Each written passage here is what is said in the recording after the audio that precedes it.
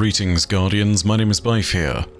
So, Savathûn's Spire has been the hub for the activities this season, but the actual purpose of the Spire hasn't been revealed beyond this one simple thing. It played host to Savathûn's experiments with the light. Now granted, the whole of her throne world is bathed in the light, and there's the entirety of the Apothecary Wing, which is also dedicated to this same purpose. But the Apothecary Wing wasn't hidden within the apex of the throne world behind a layer of illusions that could only be dispelled by hive magic and light. And also, it's worth remembering that Savathûn has something else going on here.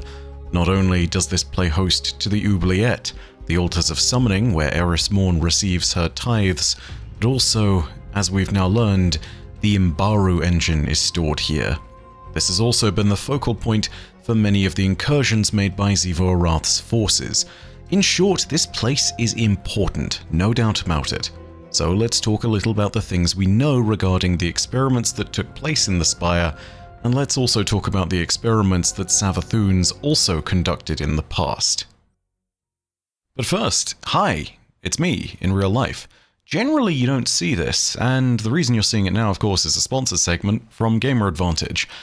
So, what is Gamer Advantage doing? In particular, it's these glasses. Why do these matter? Well, first of all, it's the typical thing that you will have heard about Gamer Advantage before, which is that they give you wonderful blue light protection, which is important for when you're doing long gaming sessions, because if you're actually staring at the screen constantly, you're going to have eye strain, and this is going to help you focus. Generally speaking as well, that's going to mean that you're more alert, you're able to make better decisions on the fly, all the typical advantages that come from it. It also reduces headaches, which is very important too. The real reason I'm excited about partnering with them in particular now, though, and why I turned other sponsors of similar products down and chose them instead, is because their glasses are prescription. I have worn a pair of glasses for ages, and now I have them with blue light filters as well. It's really nice to actually have it all in one package, and honestly, that's the reason why I'm so happy Gamer Advantage is here, because this is something I haven't seen other people offer, and for people who actually wear glasses on the daily, it's incredibly practical to have it all in one set of frames. So, with that said, these are the Inferno frames. I like them. I think they're probably the best style for me, but they have a bunch of styles over on their site. You can check all of them out down below. If you are going to get some of the prescription ones, make sure you talk to your optician or optometrist and get your prescription first. That way you'll be able to get the frames with the right lenses for you. All that being said, thank you so much to Gamer Advantage for sponsoring this video, because this is a product I'm going to be using on the regular now, and it has improved my gaming life. So, if you're looking to improve yours, go ahead and pick up a pair. If you just want the blue light filter, or if you want one with a prescription as well, you can work with that. So, thank you so much, and back to the content. Anyway, back to the lore. So, I think the first time we ever saw Hive under Savathûn's control was under the rigs of the Arcology on Titan.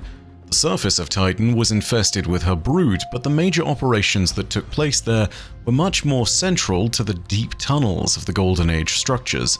Chief amongst them was a ritual that attempted to establish the presence of a massive hive shrieker, referred to as Savathûn's Song. The ritual itself was being powered thanks to void light. This light had initially been stolen from guardians that had entered the Arcologies and had been siphoned into a series of hive crystals. This was one of the first times we'd ever seen the light extracted and used in such a manner. Light is power, of course, and other broods such as Oryxes had previously known that it could be used and consumed for power. However, the direct use of light to power a ritual through these hive crystals was first shown to us as a technique used by Savathûn's brood. This is our earliest record of any experiments close to what we see in the Spire. It has since clearly expanded. We've always been able to destroy these void crystals in order to release the light stored within. This has commonly disrupted the rituals in question and has prevented the Hive from being able to use the light that they stored. The Spire of Savathûn has also introduced us to arc and solar crystals that have been imbued with the other elements of the light that are available to Guardians, both Hive and not, thus showing us how their knowledge of the light has expanded. Solar crystals need to be relocated and arc crystals need their charge to be distributed, but those mechanics are nowhere near as important as the actual mastery of the light that they represent. It also doesn't make any commentary on how that mastery was so cruelly achieved. This is where we really need to dive into some grim examples of what happened when the Hive experimented on the light of Guardians. And I wanted to show you possibly the cruelest example of all, just to give you an idea of where the rest of this is going. And that example is Omar Regar. Omar is a topic of discussion that we'll bring up later in the season as we retread the lore of the first Crota Fireteam, but for the moment I think you need to hear about what happened to him when he fell. The process was briefly witnessed by other members of the first Crota Fireteam. Most likely it was by Eris and her ghost Briar. It's displayed in the old grimoire card that shares the name of his tormentor, the Heart of Crota. It reads as follows. It's not the first and surely is not the last, but until the last heart stops, their hate will spread endlessly across the black. Record this. The Heart of Crota. It is her brood that feeds their fury. I thought Omar dead until I heard his screams. I followed them down to the darkest night of the caverns below. What I saw, I witnessed all we fear, the villainy of the Hive on full display, among a sea of cocoons and surrounded by thousands more freshly spawned hordes. The heart held Omar's broken body in a vice of bone and pain. She was peeling the light from his body. How? I can't imagine, and I have tried. Tendrils of luminance tore away like flesh. With every strand, Omar's scream cut the dark and was met with a chittering chorus from the unborn. I can't say if they were feeding off the light itself or the pain, but my guess is both. Somehow, both. The heart, though I can't believe she actually has one, seemed to be conducting some nightmare orchestra, nurturing Crota's children with the echoes of Agar's light. The Hive must end for all they had done, and someday, by my hand or another's, the heart will meet with an end fitting of the pain she herself has dealt. This is the prime example that we had in the early days of Destiny for how Hive ritual is bound up in their cruelty. It almost seems like pain itself is a part of the ritual process. One can imagine that the trappings of Hive logic are somehow to blame. Of course, these experiments were crude in comparison to the accomplishments of the Witch Queen's brood. It's one thing to use light for sustenance, it's another to use it as fuel for a ritual and to bind it into a physical structure. Eris even makes commentary on the cruelty of the Hive when you enter the Apothecary wing in the Witch Queen campaign, calling the experiments within wretched and dangerous. Of course, the greatest experimentation of all would clearly have been undergone by Savathun herself, within her spire. It's at this point that we actually get lore from the season that comes into play and shows us what this might be. The lore entries of the Sparagmos ship and the Pharmakos ghost shell tell us more about how Savathun was conducting her experiments within the spire. First of all, there's the ship, Sparagmos. By the way, the word is a reference to ancient Greek culture, which is where the word comes from. A quick Google search tells me that it means something akin to the dismemberment of a victim forming a part of some ancient rituals and represented in Greek myths and tragedies. You might understand why that feels so appropriate as we read this. The Witch Queen's crystals are powered by elemental light. I believe you know how. Eris Morn. The arc crystal hung in the air, crackling and spitting with energy. Savathun inspected it. No fractures, no unstable charges pouring from unseen fissures. When she ran a claw down its surface, she could feel static bolt down her arm. Savathun turned to her assembled brood.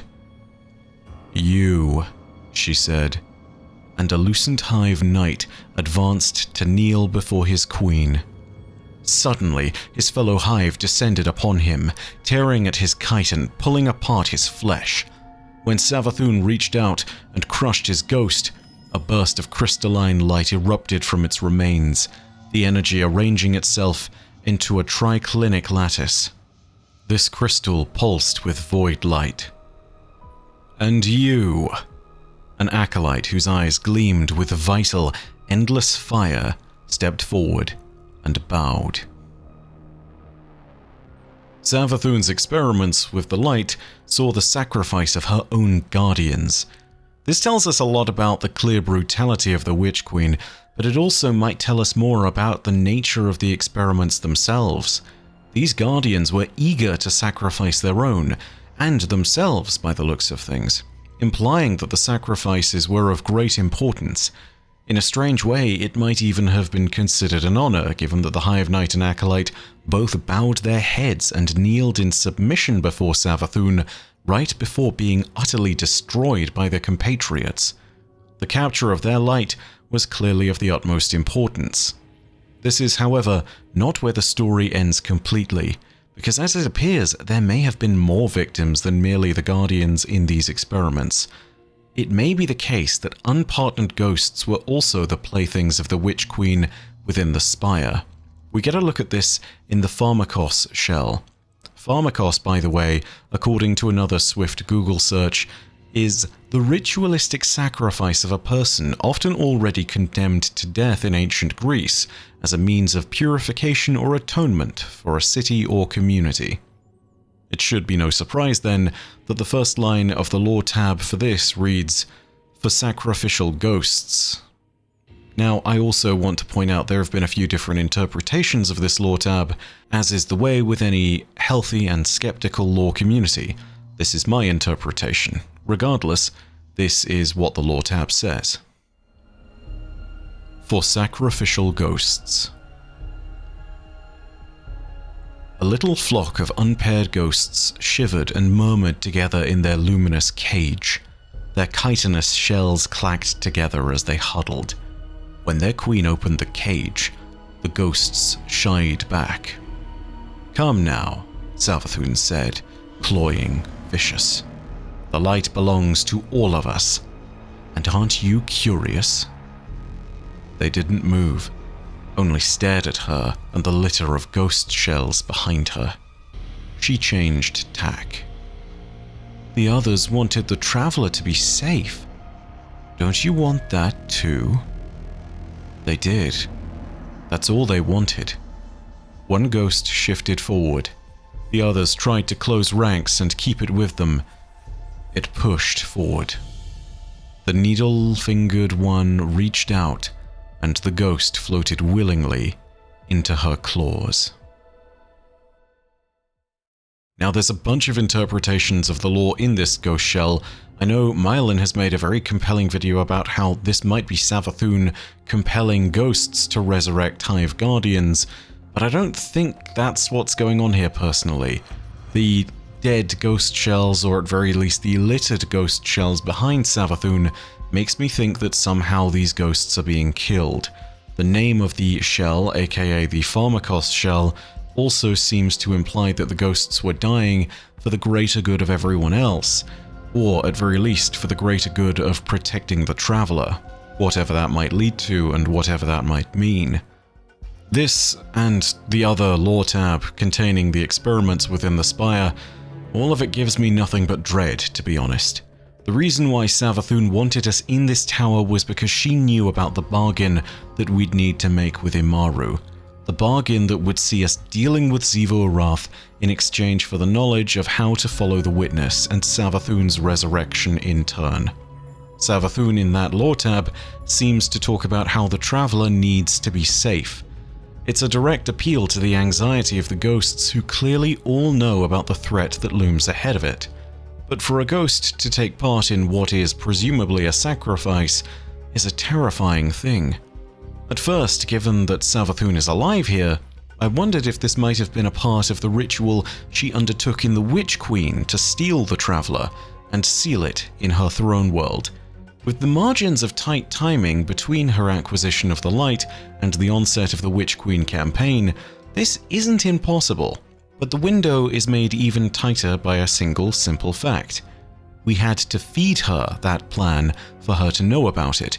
She didn't know about her plan until we revealed it back to her in the process of the campaign, which means that if this did have something to do with that particular plan in the past, then this was something that happened in the window of maybe a few hours between one event, which was us revealing the Witch Queen's plan to her again, and us defeating the Witch Queen at the apex of her throne world.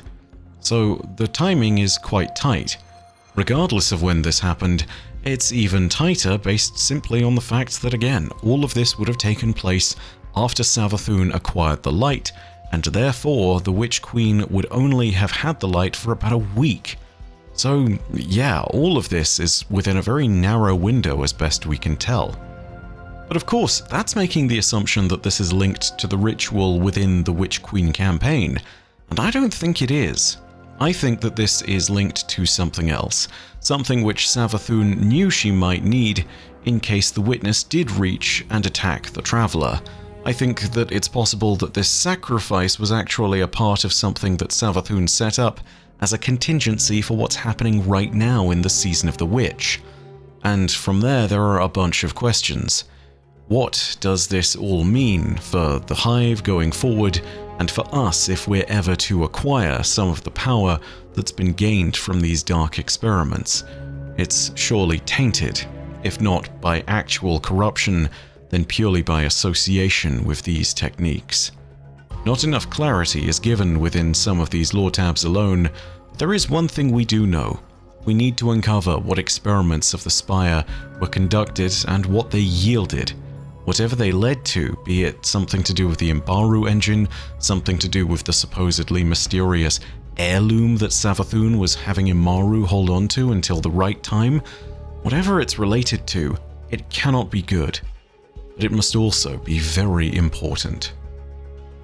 Anyway, that's all from me for today. If you enjoyed the video, go ahead and leave a like, and leave your thoughts down below in the comments section. What do you think was the purpose of Savathûn's experiments with the light in the Spire?